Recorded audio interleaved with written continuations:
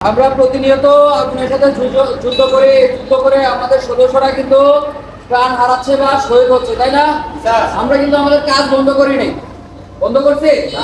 আমরা আমাদের কাজ কন্টিনিউ করে যাব দেশের করে, দেশের মানুষের করে। তবে কিছু বিষয় আছে যে বিষয়টা আমাদের জানতে হবে। এই বার্ন যদি হয়, সেই বার্ন হলে আমরা বলি বা ডাক্তাররা বলে যে এত পার্সেন্ট পুড়ে গেছে।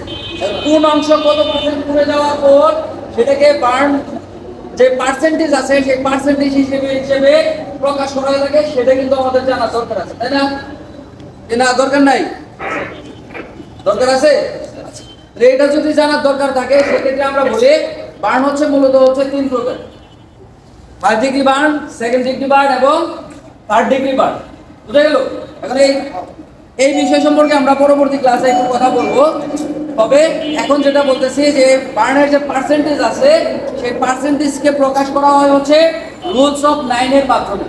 ঠিক, রুলস অফ 9। এই রুলস অফ 9টা কি সেটা আমরা জানি। আমাদের যে টোটাল বডি সারফেস আছে সেই টোটাল বডি সারফেসটাকে বিভিন্ন পার্সেন্টেজে ক্যাটাগরাইজ করা হয়। এই ক্যাটাগরাইজ করে কিন্তু ভাগ করা হয় যে কোন অংশটুকু পুড়ে গেলে কত পার্সেন্ট বার্ন হবে। বুঝা গেল? এখন আমরা যদি টোটাল বডিটাকে ফ্রন্ট সাইড এবং ব্যাক সাইড হিসেবে প্রকাশ করা হয়, এই ফ্রন্ট সাইড যদি আমরা ধরি, আমাদের যে মাথার অংশ আছে সেই মাথার অংশ, আমাদের যে শ্বাসনালী আছে এবং আমাদের যে সফট যে অঙ্গগুলো আছে সেগুলো যদি পুড়ে যায় মাথার ফ্রন্ট সাইড, সেটা 4.5%। কত পার্সেন্ট? 4.5%। এইটাকে আবার আরেকটা বিষয় উল্লেখ করা হয়, সেটা বয়স্ক, অর্থাৎ অ্যাডাল্ট এবং চাইল্ড। আমি অ্যাডাল্ট চাইল্ড দুটোই একসাথে বলে দিই, কেমন?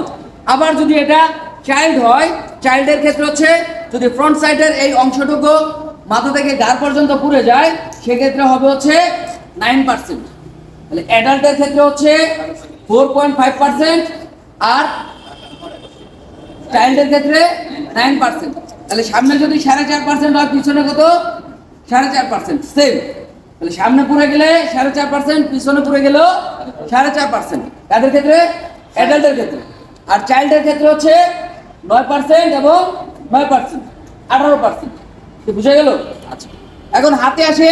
যদি হাত হয়, সেই হাতের ক্ষেত্রে হাতের যদি ফ্রন্ট সাইড হয়, ফ্রন্ট সাইড 4.5% এবং ব্যাক সাইড 4.5%। তাহলে কত হলো? 9%। হাতের ক্ষেত্রে ঠিক সেম।